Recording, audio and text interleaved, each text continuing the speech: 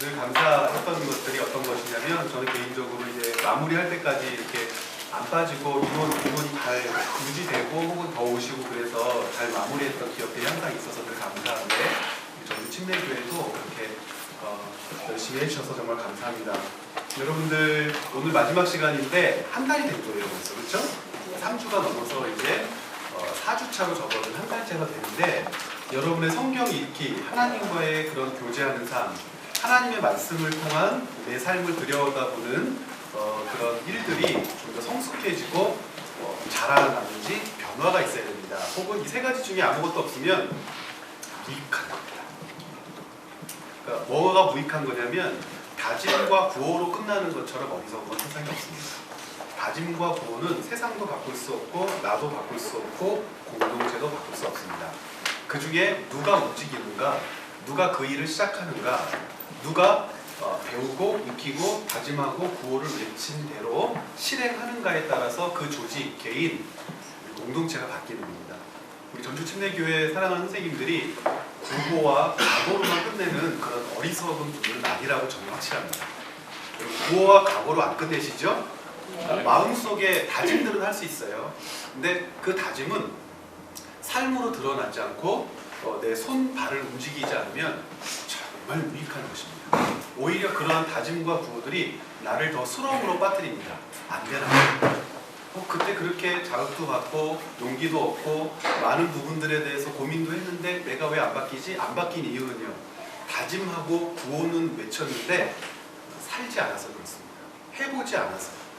말씀을 읽고 말씀을 바르게 읽고 하나님의 말씀을 통해서 내 삶을 들여다보는 일은 뭐가 필요하다고 했어요? 연습과 훈련이 필요해요. 근데 연습과 훈련을 하지 않으면 안 되죠. 그런데 자꾸 안 된다고 그래요. 연습을 안 하는데 안 되죠. 훈련을 안 하는데 어떻게 되겠어요? 나는 정말 못 외우겠다고 그래요. 대부분의 원인은 뭐죠? 안 외워서 못 외우는 거예요. 너무나 당연한 겁니다. 나는 정말 이걸 못 푼다고 그래요, 아이들이. 왜 그렇죠? 안 풀어봐서 그런 거예요. 풀려고 고민하고 안 해봐서 그런 거예요. 나는 정말 이건 못하겠다라고 하는 것이 연습하고 훈련의 과정을 거쳐서 못한 거면 그것은 위로받고 격려받아야 될 일입니다. 그런데 연습하지도 않고 훈련하지도 않았는데 안 된다고, 못한다고, 그리고 나랑 안 맞는다라고 말한다면 그런 것을 가르쳐서 뭐라고 부르게요? 게으르다고 하는 겁니다. 게으르다라고 하는 것은 단순하게 움직이지 않는 것, 단순하게 땀 흘리는 거 싫어하는 것이 아니에요. 모든 일들 가운데 연습하지 않고 훈련하지 않는 상태, 그것을 게으르다라고 합니다. 제가 처음에 제 언어사전이 있다고 그랬잖아요. 기억하세요? 예, 묵상을 하면서 하나님과 제 관계 가운데에서 규정되어야 될 삶의 여러 가지 가치들을 제 언어사전으로 만들어 놓고 늘 잊지 않으려고 항상 확인하고 그렇습니다. 그 중에서 아직도 그 제 마음을 때리고 제가 만들어 놓은 그 언어사전을 가지고 함께 교제하는 중요한 개념인데 성실이라고 하는 개념이라고 말씀드렸어요. 성실은 제 언어사전 가운데 어떻게 기록되어 있냐면 눈물나고 고통스러워도 해야 할 일이 있는 거예요. 힘들고 하기 싫어도 가야 할 길이 있음을 부정하지 않는 것. 그 마음으로 내 삶을 살아내는 것이 성실한 것입니다. 무작정 어떻게 해야 되는지 무엇을 해야 되는지도 모른 채 땀을 흘리는 것은 성실한 게 아닙니다. 그래서 성실은 언제나 지혜로움이라고 하는 것과 함께 가고 지혜로운 사람이 성실한 삶을 살 수 있고 지혜로운 사람이 성실한 삶을 살 수 있다라고 하는 것은 무엇을 연습해야 되는지 무엇을 훈련해야 되는지 분별할 수 있고 분별한 대로 그 손발을 움직여 살아내는 것이거든요. 마지막으로 여러분들에게 부탁드립니다. 여러분들 성실한 우리 전주침례교회 선생님들 되시기를 바랍니다. 성실한 사람은 지혜로운 사람입니다. 지혜로운 사람은 분별할 수 있는 사람입니다. 무엇을 분별하냐면 무엇을 연습해야 되는지 무엇을 훈련해야 되는지를 분별할 수 있는 사람이고 그 분별한 대로 구호와 각오로 끝나는 것이 아니라 살아내는 사람입니다. 근데 지금 또 이렇게 말씀을 드렸는데 각오하고 다짐만 하고 끝나면 안 되겠죠? 자, 지난주에 이제 마지막 성경 읽기 부분을 여러분들과 점검하면서 함께 한번 해가지고 오세요 라고 했지만 분명히 안 하신 분이 있어요. 있죠? 그러니까 이제 저한테 눈에 띄시면 안 되겠죠? 그럼 어떻게 해야 되겠어요? 이렇게 가려주고 뭐예요? 어떻게 해야 되겠어요? 그렇다가 안 피면 되겠습니까? 이제 눈을 이제 책을 보시면서 이제 끝날 때까지 안 드시면 돼요. 왜냐면 이제 마주치면 부끄럽잖아요. 그래서 제가 이제 계속 왔다 갔다 하면서 볼 거거든요, 이렇게. 그러면 더 창피하거든요. 보세요, 여러분들이 얼마나 그 구호와 다짐에 익숙해 계신가. 우리가 그 구호와 다짐에 엄청나게 익숙해 있어요. 이 구호와 다짐과의 싸움에서 누가 손과 발로 옮겨가느냐, 그것이 우리의 삶이 변하느냐 변하지 않느냐를 규정합니다. 여러분 꼭 기억해 놓으세요. 아이들도 마찬가지입니다. 아이들에게 아무리 좋은 강의, 훌륭한 거 소개해서 소용없어요. 멋진 동영상을 보여줘도 소용없고요. 막 그 윽박을 지르든지 뭐 살살 달래든지 뭐 하든지 그 마음을 움직이는 것까지는 많은 사람들이 할 수 있는데요. 실질적으로 손발을 움직이게 하는 것, 그것이 정말 능력 있는 교사거든요. 근데 그거는 생각을 안 해요. 언제나 어디까지만 하고 멈추냐면 마음의 감동을 주면, 자극을 주면, 뭐 이렇게 뭐 눈물을 좀 흘리면, 아니면 아이들이 뭐 좀 집중하면 아무 소용 없다니까요. 언제부터 소용 없어요? 그날 오전에 했으면 그날 오후부터, 그날 오후에 그런 일이 있었으면 그 다음 주부터, 월화수가 수련회였다면 그 다음 주부터 아무 소용 없어요. 어떻게 손과 발로 옮겨주느냐, 이거 굉장히 어렵습니다. 성실해야 돼요. 지혜해야 돼요. 그러려면요, 여러분들이 먼저 그렇게 해봐야 돼요. 먼저 해봐서 성실하게 움직이고 실질적으로 읽고 씨름한다라고 하는 그 고비를 넘어야 되는데, 오늘도 한 5분 정도는 고비를 못 넘고 오셨어요. 어쩌면 좋아요. 주여, 저들을 용서하여 주시고 제가 그 담대함을 주시고 상처받지 않게 하여 주시옵소서. 자, 우리가 한번 종합적으로 지금까지 3주 동안 들었던 내용들을 다 생각했을 거예요. 그렇죠? 제가 그 내드린 그런 표 자체가 3주까지 들었던 내용들을 한번 다 실습해보고 직접 해보도록 이렇게 요청드린 것들이거든요. 여기에는 어떤 것도 있냐면, 여기에는 컨텍스트도 있고, 여기에는 텍스트도 있고, 여기에는 읽기도 있고, 이해하기도 있고, 무엇을 생각해야 되는지, 본문을 읽으면서 맥락을 이해한다는 것이 무엇인지, 문맥을 따라서 읽었을 때에 어떻게 달라지는지까지를 다 여러분들이 한번 점검하도록 여러분들께 한번 해보시도록 한 거예요. 마가복음 10장, 아주 우리가 잘 알고 있는 내용이죠. 성경 마가복음 10장을 한번 펴보실까요? 실수를 한번 해보겠습니다.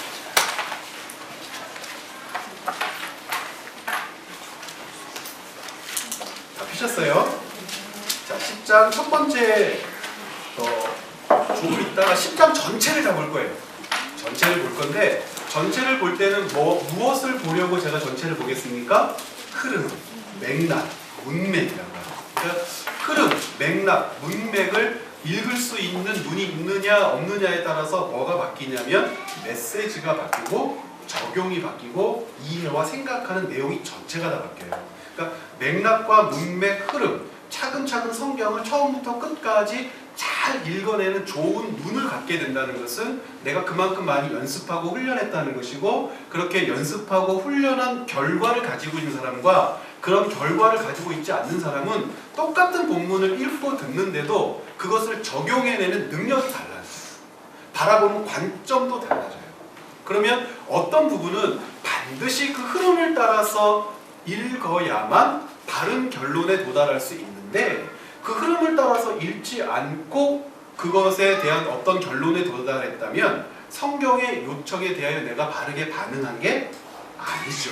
그러니까 성경의 요청에 대하여 내가 바르게 반응해야 하는데, 반응하는 것이 무엇인가 라고 하는 큰 고민을 갖고 읽다 보면 성경의 흐름, 맥락, 문맥이라고 하는 것을 절대 무시할 수 없고, 두 번째는 텍스트 혹은 컨텍스트 혹은 코텍스트라고도 말씀드렸던 정황적 혹은 시대, 배경, 역사적인 것들에 대해서도 관심을 갖게 되고, 그런 것들이 관심을 갖게 돼서 내 안에서 잘 준비된 것으로 성경을 읽으면 같이 한번 해볼까요? 할 말이 있는 사람. 제가 이제 교사 세미나, 우리 이제 교사 세미나를 하지 않는데, 교사 세미나를 통해서 늘 강조하는 메시지가 어떤 거냐면, 교사는 누구입니까? 뭐 여러 가지 정의를 뭐 교육학자, 뭐 선생님, 교수님들 다 얘기하지만 제가 내린 정의는 하나예요.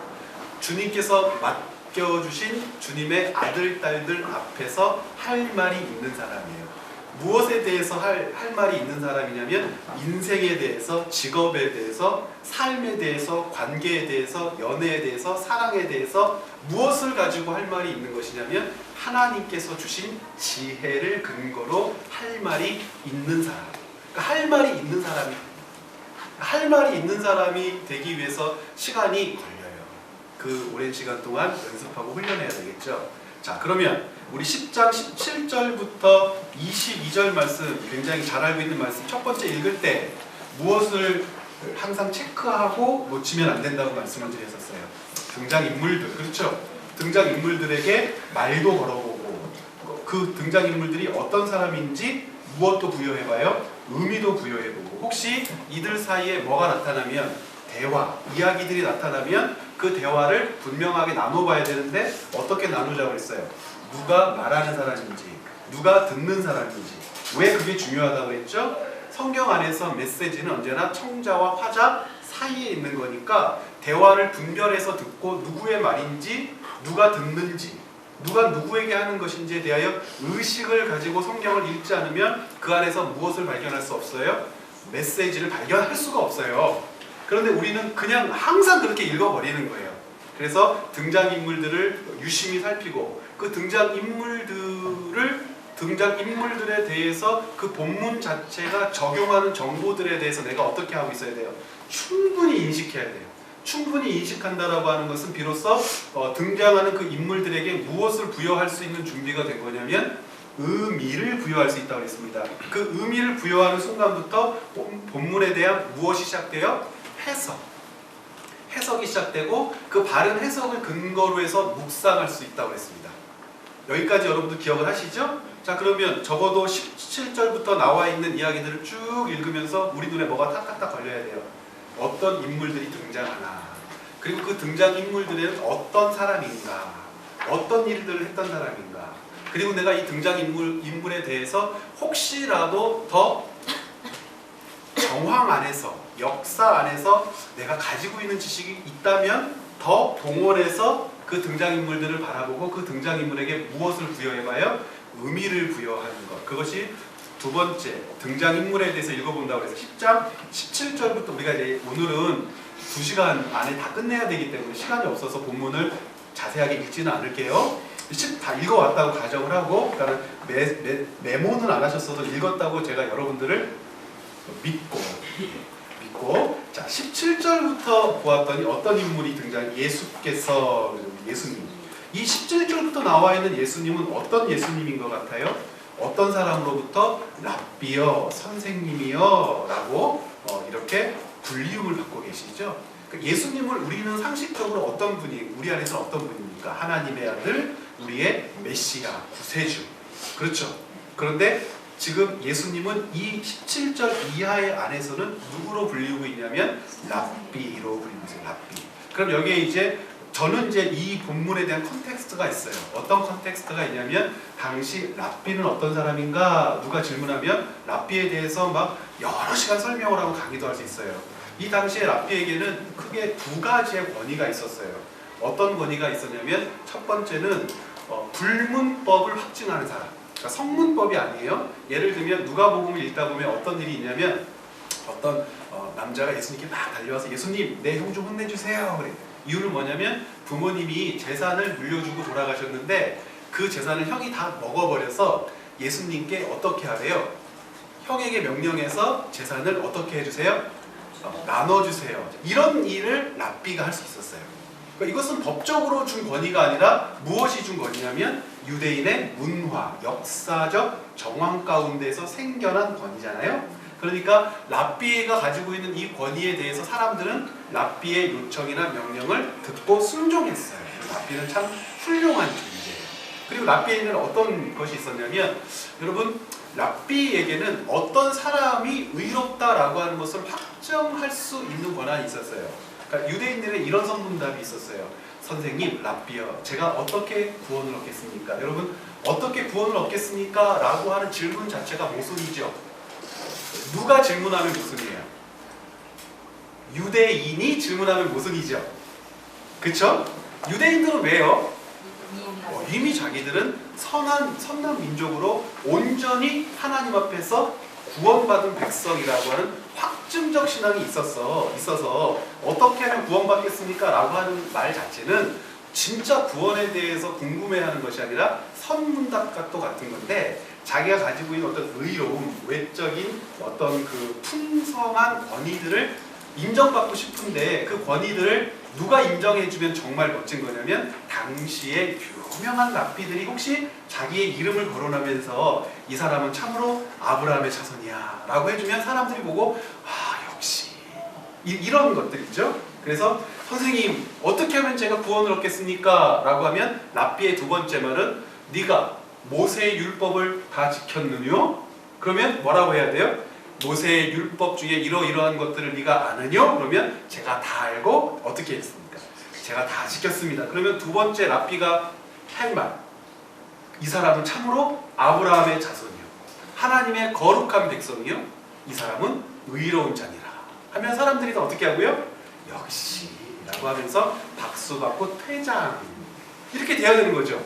지금 예수님과 한 사람이 등장하는데 이 두 인물이 어떤 일을 하고 있는 것 같아요? 한 사람은 랍비에게 인정받으려고 나온 것 같고, 예수님은 이 사람에게 랍비가 되어서 무슨 일을 해주시려고 하는 것 같아요? 확증해주는 그런 대화를 하고 있는 것 같아요. 근데 이 한 사람은 또 어떤 사람이라고 본문에 자세하게 기록되어 있어요? 재물이 많은 사람, 간단하게 하면 부자였던 것 같아요. 그것만 있어요? 율법을 perfect, 그죠? 온전하게 지켰다. 그러면 여러분 2000년 전이죠. 자, 무엇인가를 공부하고 학문적인 소양을 기르고 키울 수 있었다. 고대 사회에서는 누구에게는 해당이 안 되는 거겠어요? 가난한 자, 그리고요 노예라든지 신분이 낮은 사람에게는 허락이 안 돼요. 예를 들면 선지서 있잖아요.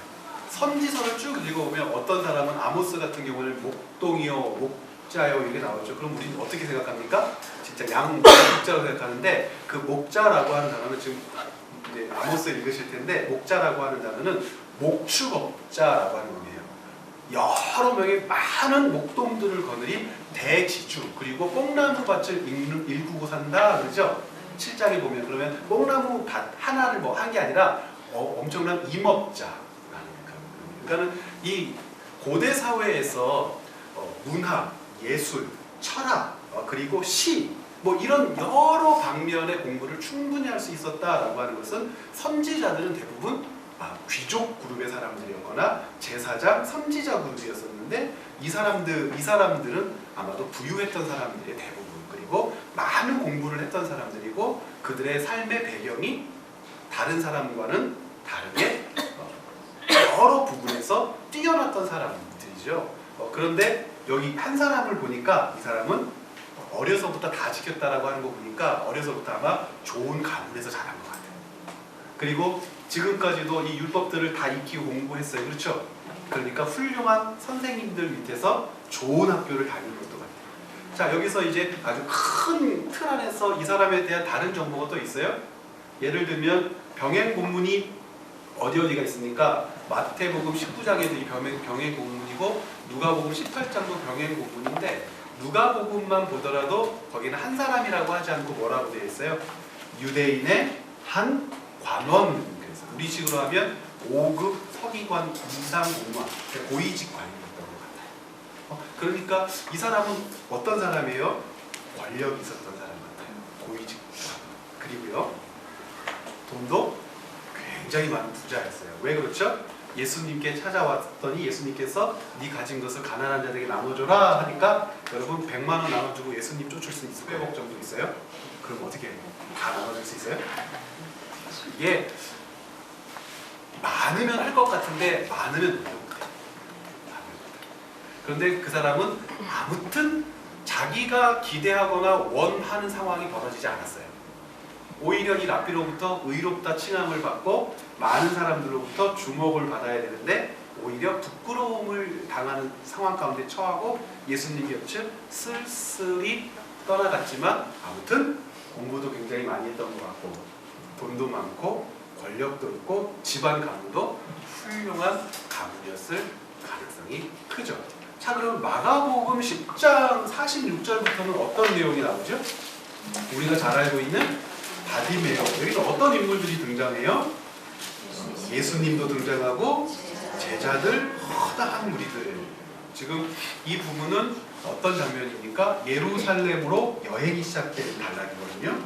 10장 자체가 지금 어디에서 출발했어요? 예수님의 사역은 갈릴리에서의 사역이 한 2년 한 6개월.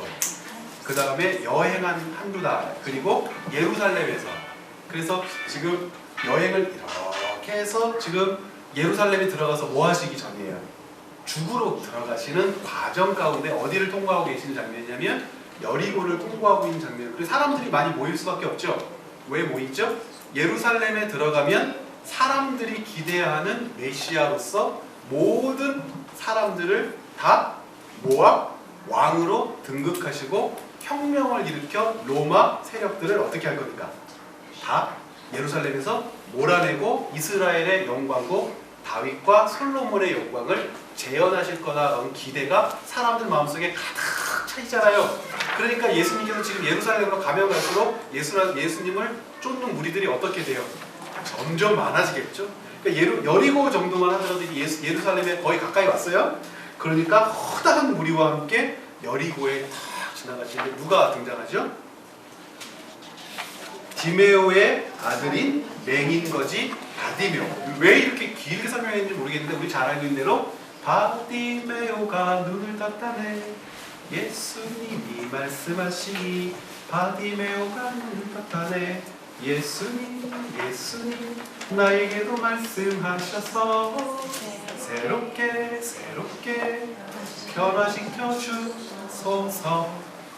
지금 하나님 나라 가실 분이 벌써 두 분이 계셨어요. 무대까지라고. 옆을 보세요. 자, 우리 졸으면 안 됩니다. 지금 따뜻하니까 막 졸음이 오세요. 이 순간 지금 졸음이 오면 안 되죠. 아무튼 누가 나타났어요? 바디메오가. 그 바디메오를 묘사하고 있는 말은 뭘까요? 어떤 사람이에요? 이 사람의 또 외형만 보면 거지. 그리고 근데 또 뭐예요? 맹인. 자, 여기 컨텍스트가 동원되면 좋겠죠. 여러분들 성경 공부 얼마나 열심히 하셔야 되는지, 그리고 조그만 사전 하나를 놓고 바디메오를 찾으면 바디메오와 관련된 맹인, 거지의 신분에 대해서 다 설명을 해요.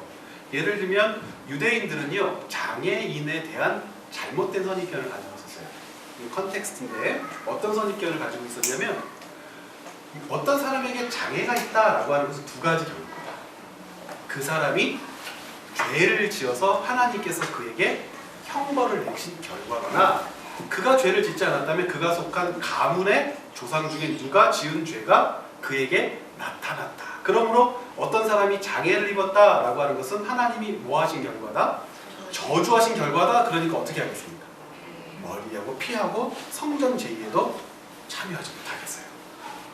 그런데 또 하나의 선입견, 어떤 선입견이 있냐면, 우리나라 속담 중에 천석구는 뭐 하면 돼요? 노력하면 되죠. 만석구는요, 하늘이 내린다는 말이에요. 유대인들도 동일한 사고를 갖고 있는데, 어떤 사람이 경제적으로 부유하고 부강하다라고 하는 것은 하나님이 그에게 무엇을 주신 결과냐면 축복하신 결과다, 복을 내리신 결과다. 그러면 이 바디메오는 일단 어떤 사람이에요? 저주 중에서도 아주 그냥 극렬한 저주 가운데 놓였죠. 거지죠. 그리고 장애가 있잖아요. 그렇죠. 그런데 마가복음을 보면, 마가복음에는 맹인 거지라고 바디메오라고 분명히 되어 있는데, 병행 본문인 마태복음을 보면은요, 어떻게 되어 있어요? 맹인이 바디메오만 있었던 게 아니라 여러 명이 함께 때를 지어서 구걸했던 것 같고, 마태복음 20장을 보면 맹인이 몇 명으로 나와요? 2명. 그 이유가 있죠. 이건 우리가 지금 설명할 시간이 없어서 설명을 안 할게요. 근데 2라고 하는 숫자 때문에 그래요. 2는 어떤 숫자예요? 증인. 성경을 읽다 보면 항상 2, 2 이게 나오면 어떤 일에 대해서 증인이 되도록, 그러니까 성경에서 2는 증인의 숫자예요. 마태복음에서는 예수님이 다윗의 자손이다 라고 하는 것을 증인으로서 이 디메오와 바디메오의 친구가 확증하는 일을 하기 위해서 2명의 맹인 그랬고, 여기에서는 바디메오라고 하는 한 사람에게 집중하기 위해서 한 사람을 거론을 하지 않는 거죠. 그러니까 복음서는 반드시 4권이어야 되는 거예요. 어떤 분은 한 권을 싹 섞어가지고 하나로 만들자 막 이런 분도 계시는데 절대 그러면 안 돼요. 아무튼 그런데 여러분 생각을 한번 해보는 거예요. 읽으면서. 예를 들면 마가복음 10장 17절부터 22절까지 읽었을 때 잘 모르는 거예요. 그 다음날 23절부터 읽었을 때 잘 모르는 거예요. 세 번째 날쯤 읽을 때 보면 46절부터 51절 읽는데 가슴이 갑자기 덜컹하고 떨어져요. 제가 개인적으로 그랬어요. 왜 그랬냐면 어려서 제가 묵상한 내용을 여러분까지 나누는 건데 맹인, 거지, 그리고 하나님 앞에 저주받았다고 생각하는 사람이 유명했겠어요? 아니면 관원, 부자, 공부도 많이 한 사람이 더 유명했겠어요? 후자겠죠? 이름을 붙여줘도 사람들이 누구의 이름을 알았겠어요? 앞에 있는 사람의 이름을 알았겠죠? 그런데 마가복음을 이렇게 읽다 보니까 이 한 사람, 근데 이 한 사람 보통 한 사람이 아니라 권력도 있죠? 돈도 많죠? 요즘 말로 하면 엄친하죠? 왜 이렇게 엄마 친구 아들들은 이렇게 훌륭하지? 엄마 친구 딸들은 왜 뭐 엄친하도 품절남 그렇죠? 네. 그런 사람이니까 아마 이름을 다 알았을 거고 굉장히 유명했던 사람이었을 텐데 마가복음은 그 사람의 이름을 아예 부르지도 않고 어떤 한 사람은 그래버려요. 누가도 이 사람의 이름을 부르지 않고 한 관원 그래버리는데 마가는요 원서를 이렇게 읽다 보면 헬라어 본문에 띄어쓰기를 여러 개 좀 이렇게 했어요. 무슨 말이냐면 아람어로 이 바라고 하는 게 뭘까요? 아들이죠. 대표적인 요나. 요나, 시모나 그러면 아마 시몬 베드로의 아버지 이름이 요나였던 것 같아요. 그래서 우리는 요나의 아들 시모나 하고 노래 부르잖아요. 제가 고등학교 때 성악을 전공하려고 했어요. 그래서 아마 듣기가 되게 좋으실 거예요. 지금 이제 강의하고 이런 일 많아가지고 지금 이제 성대도 이제 많이 하지만 지금도 괜찮아요. 공부하면 깨달라고 정말 요나 됐어. 기가 막히죠. 됐어요. 깨졌어요. 바는 아들이라는 뜻이야. 아들. 그러니까 디메오는 정확하게 하면 어떻게 돼요? 앞에 이미 나와 있죠. 디메오의 아들이라는 뜻인데 요걸 이렇게 붙여가지고 사람들, 이방인들은 마가복음은 이방인들에게 보내진 편지잖아요. 그러니까 이방인들은 이 당시 아랍 문화나 이런 것들에 익숙하지 않았을지라도 이 읽을 때는 이름이 없는 사람 같아요. 사람들이 그냥 지나가면서 저 맹인 거지는 누구 아들이야 정도 알았던 것 같아요.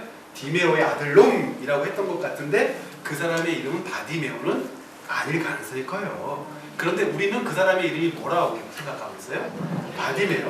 바디메오라는 말 자체가 디메오의 아들인 디메오니까 디메오의 아들인데 이것을 우리는 지금 어떻게 해요? 디메오의 아들인 거지맹인 디메오의 아들이라고 하지 않고 바디메오 해서 이름을 부르고 있는 거예요. 누가 그렇게 했어요? 마가라고 하는 사람이 성경을 쓰면서 여러 사람들이 이 책을 읽을 때는 그 맹인 거지에 뭘 불러주기를 바라는 것 같아요? 이름을. 그러니까 이름을 우리는 불러줘야 돼요. 바디메오라고 불러줘야 되는데 이 사람은 유명한 사람도 아니고 이름이 불릴 만한 회자될 만한 지위도 가지고 있지 않고 재산도 가지고 있지 않고 가문도 그런 가문이 아니죠. 오히려 저주받고 오히려 어떻게 잊혀지건지 무시당해도 아무 문제가 없는 사람이라고 본문이 그렇게 얘기하죠. 어떻게 하면 두 번째 질문 보세요. 두 사람이 만난 예수님. 첫 번째 한 사람은 어떻게 만나죠? 선생님, 어떻게 하면 제가 영생을 얻겠습니까? 예수님 보자마자 뭐라 그래요? 랍비라고 불러요. 랍비라고. 이유는요? 랍비로부터 의로우다 칭함을 받기 위해서. 여러분 컨텍스트를 모르더라도 뭘 할 수 있어요? 예수님을 향해서 예수님 혹은 뭐라고 다른 것 없이 당시에 있는 사람들이 인식한 그 수준을 넘어가지 않고 뭐라고 부르냐면 선생님. 그런데 이 바디메오, 맹인, 거지, 공부도 안 하고 성경도 모르고 율법 훈련도 제대로 받지 못했던 하찮은 사람들이 무시했던 사람은 예수님이 오신다는 말을 듣고 47절 공부한 것도 아니고 예수님을 대면한 적도 없어요. 같이 볼까요? 나사렛 예수시란 말을 듣고 소리를 질러서 뭐라 불러요? 다윗의 자손 예수여 이 당시의 컨텍스트, 다윗의 자손은 이꼬로 누구예요? 메시아를 부르는 거죠.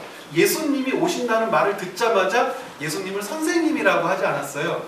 훌륭한 선지자라고도 하지 않았어요. 그 앞에 보면은 제자들에게 예수님이 물어보시죠. 8장에서 사람들이 나를 누구라 그래? 그랬더니 세례 요한이라고 하고요. 엘리야 또 선지자들 중에 하나래요. 사람들은 다 그렇게 생각했는데 이 맹인 거지 바디메오는 베드로가 고백했던 것처럼 고백해요. 뭐라고 얘기해요? 다윗의 자손이요 그래요. 이게 예수님께 다가가는 이 모양이 너무나 달라요. 이때 예수님께서 이 사람들을 어떻게 만나주셨어요? 어찌하여 나를 선하다 하느냐? 선한 이는 하나님 한 분뿐이시지 라고 하면서 이 사람과 뭐를 띄워놓으세요? 간격을 이렇게 좀 띄워놓으시나? 그러면서 그래 네가 나를 뭐라고 부르니까 랍비 선생님이라고 부르니까 나도 너를 선생님으로 취급해주지. 네가 계명을 다 지켰냐? 계명을 알긴 아냐? 살인하지 말아라, 도적질하지 말아라 등등등 10계명을 쫙 읊어주셨더니 이 사람이 뭐라고 그래요? 이것은 내가 어려서부터 perfect, 이거 발음 잘해야 돼요. perfect, 다 지켰대요. 온전하고 완전하다고 해요. 그리고 온전하고 완전하면 훌륭하다고 해야 되는데 예수님이 그 사람을 어떻게 만나주셨어요? 아니, 너에게 부족한 것이 있다. 그러니까 자기 스스로는 완전하다고 하고 온전하다고 하는데 예수님께서는 그의 무엇을 보시냐면 부족한 것, 연약한 것, 채워져야 할 것, 결핍을 발견해 주시는 분으로 이 사람을 만나주시네요. 그렇죠?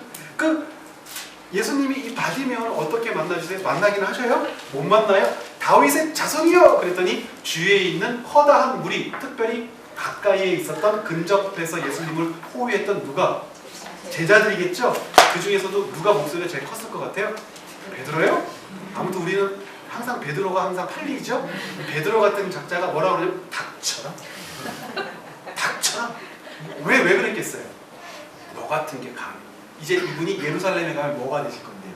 왕이 되실 건데 이런 거지 발사기 같은 놈이, 근데 거지 발사기가 아니라 진짜 거지 발사기죠?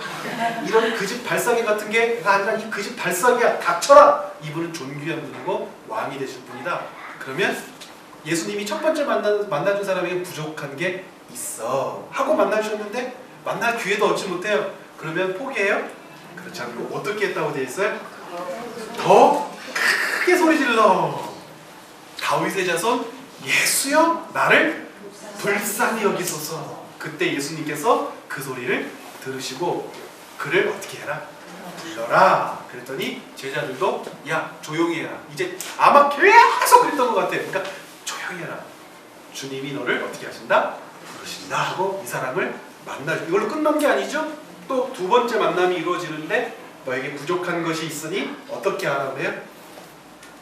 그를 긍휼히 여겨 사랑하시는 마음으로 그에게 그가 말한 것이 표면적인 질문이 아니라 내면적인 참 생명이 되도록 해주시기 위해서 정말 그에게 생명을 주고 싶으셔서 부족한 것이 있으니 네가 가진 것은 다 가난한 사람들에게 나눠주고 나를 쫓으면 네가 질문한 무엇이 너에게 주어질 거예요?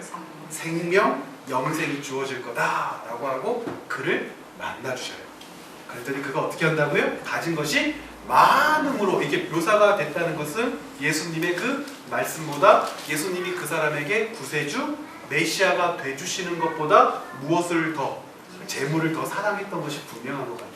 그러니까 예수님에 대한 메시아, 생명을 주시는 주권자라고 하는 것에 대한 기대는 이 사람에게 없었나 봐요. 그런데 바디메오는 뭐라 그래요? 내가 너에게 무엇하여 주기를 원하느냐? 하기 전에 보세요. 어떤 장면이 나와요? 여러분 20절 아니죠? 10장 50절 같이 할 시작. 맹인이 겉옷을 내버리고 뛰어 일어나 예수께 나오거든. 여러분 겉옷 같은 경우 우리 그냥 넘어가면 안 돼요. 이 겉옷이 출애굽기 20장 이후 생활의 것 22장 같은 경우에는 뭐라고 되어 있냐면 가난한 사람들이 돈이 없을 때는 이 겉옷을 어떻게 하도록 되어 있어요? 전담 잡도록 되어 있어요. 우리 한번 찾아서 읽는 게 더 낫겠죠? 출애굽기 22장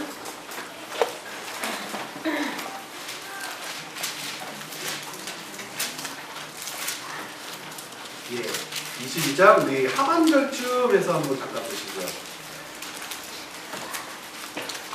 대상의 법부에 관련된 내용들이 쭉쭉쭉쭉 나와 있죠. 25절부터 같이 한번 읽어봐요. 시작. 네가 만일 너와 함께한 내 백성 중에서 가난한 자에게 돈을 풀어주면 너는 그에게 채권자 같이 하지 말며 이자를 받지 말 것이다. 이게 이스라엘 백성들에게 있었던 하나님의 명령이에요. 돈을 꿔주더라도 뭐 하면 안 돼요? 이자를 받으면 안 돼요. 그런데 가난한 사람은 돈을 꿀 만한 상황이 벌어지죠. 그러면 그에게 꿔줘야 돼요. 근데 꿔주는데 그냥 꿔주지 말고 뭐는 잡을 수 있어요? 전당 잡을 것을 지목해 주시는데 가난한 사람은 전당 잡을 게 없기 때문에 이 당시에는 뭐 전당 잡아도 여러분 집에 겨울옷 외투 한 2개씩 입고 3개씩 입고 봄, 여름 나오면 털 따라 옷이 있으니까 옷은 흔들어 놓는데 2000년, 3500년 전에는요 옷은요 하나 있으면 괜찮아지는 거죠. 누가 옷을 열어버리거든요. 그리고 귀족과 평민을 뭘로 구분했는데 옷 색깔로 구분했잖아요. 적포를 입으면 귀족이었었고 그냥 옷을 입으면 아니었었잖아요. 물감을 들인 옷도 못 입었어요. 그래서 26절 같이 볼까요? 네가 만일 이웃의 옷을 전당 잡거든 해가 지기 전에 그에게 돌려보내. 이게 법이에요. 전당을 잡으면 어떻게 해요? 해가 질 때 그 겉옷을 다시 돌려줘요. 그러면 왜 그 옷을 전당은 잡을까요? 왜냐면 빌린 사람이 이웃에 대하여 무엇을 의무를 다 하도록 가르치기 위한 것이지 그 옷 자체를 빼앗는 게 목표가 아니었어요. 그런데 마태복음 5장에 보면 우리 한번 볼까요? 컨텍스트를 많이 알면 좋으니까 우리 5장 38절부터 42절 동응상법을 가르쳐주는 말씀 가운데에 40절 같이 한번 볼까요? 시작! 또 너를 고발하여 속옷을 가지고자 하는 자에게 겉옷까지도 가지게 해. 예수님의 법이죠. 아까 출애굽기 22장 26, 7절 보니까 겉옷이었죠. 근데 여기는 왜 속옷이에요? 여러분이 전당포 주인이면 율법에 기록된 대로 겉옷을 전당 잡으면 어떻게 해요? 그럼 여러분 전당포 주인이면 그 전당 잡겠어요? 안 잡겠어요? 그러면 안 된다는 거예요. 근데 유대인들도 우리랑 똑같은 생각한 거예요. 똑같은 생각. 돈은 빌려주고 이자를 받던지 자기에게 이익이 되게 해야 되는데 율법에는 겉옷을 가지고 오면 그거 어떻게 해야 돼요? 이자도 받으면 안 되고 해가 지면 돌려줘야 돼요. 그런데 율법에 어떤 규정은 없어요. 속옷에 대한 규정은 없어요. 그래서 겉옷을 전당 안 잡고 이 모렴치하고 싹퉁머리 없는 것들이 뭘 전당 잡았어요? 속옷을 이 당시에 무슨 뭐 삼각형으로 만들었겠어요? 사각형으로 만들었겠어요? 그냥 콕 끼워가지고 그냥 쪼맨 것이라도 돌려주지 않으면 그것이 자기에게 유익하니까. 오히려 근데 그 예수님은 그들에 대하여 원수처럼 여기지 말고 그렇게 탐내고 욕심이 있는 자에 대항하지 말고 오히려 겉옷까지 줘버려라 그러시는 건데요. 이런 컨텍스트가 있어요. 근데 바디메오는요 아까 뭐 했다고요? 거지 발사계. 거지 발사계도 없는 게 예수님이 부르신다는 말씀을 듣고 뛰쳐 일어나서 예수님께 나가는데 생각을 해보세요. 앞도 안 보이죠? 깜깜하죠? 어디를 향해 달려나가겠어요? 그 몸에서 뭐가 흘러내리고 예수님이 귀해요? 겉옷이 귀해요? 이 겉옷을 출애굽기 22장 27절에서 뭐라고 했는지 아세요? 한 번 더 보세요. 1000년 정도 차이가 나지만 예수님 당시나 출애굽 당시나 이 문화적인 배경은 거의 비슷해요. 22장 27절 같이요. 그것이 유일한 옷이라 그것이 그의 알몸을 가릴 옷인즉 그가 무엇을 입고 자겠느냐 그가 내게 부르짖으면 내가 들으리니 나는 자비로운 자다. 그러므로 가난한 자에게 겉옷은 1번치 2번 이불 3번 자기 몸을 보호하는 마지막 수단이에요. 생명과도 같은 거예요. 그런데 예수님께서 너를 부르신다. 그러니까 뭐가 흘러가도 몰라. 겉옷이 흘러가도 모르고 그거 누가 아마 그지 놈들 중에 분명히 가져갈 놈이 있을 텐데 그것도 신경 쓰지 않고 예수님께 달려. 그런데 앞에 있었던 한 사람은 거지에게 있어서 겉옷과 앞에 있었던 한 사람에게서 전재산 같아요? 달라요? 가치는 가치요. 그렇죠. 상대적으로 사람이 볼 때 돈이 더 귀해라고 하지만 거지에게 있어서 겉옷은 부자에게 있어서 그 수많은 돈만큼의 동일한 가치를 가지고 있는 것이죠. 그런데 앞에 있는 사람은 오히려 그것 때문에 예수님을 떠나가. 뒤에 있었던 거지 발사계 바디메오는 자기의 것을 놓치고 흘러내려도 어떻게 예수님께 더 가까이 가요. 그랬더니 앞에 있었던 한 사람은 세 번째 만남이 이루어지지 않는데 바디메오에게는 세 번째 만남이 이루어져요. 어떻게 말씀하세요? 내가 너에게 무엇하여 주기를 원하느냐. 그랬더니 자기의 가장 처절하고 아픈 것을 얘기해요. 주님, 제가 보기를 원해요. 예수님께서 바디메오의 눈을 띄워주셨어요. 보기 원해요. 그러니까 자세하게 보셨죠? 눈을 띄워주신 것이 아니고 뭐라고 했어요? 오늘 네가 네 믿음대로 구원을 얻었다 라고 하니까 그가 무엇도 하게 되었다? 보게도 되었다. 이렇게 기록하고 있죠. 앞에 있는 사람은 예수님으로부터 떠나갔더니 결국 어떻게 해요? 아무것도 안 해요.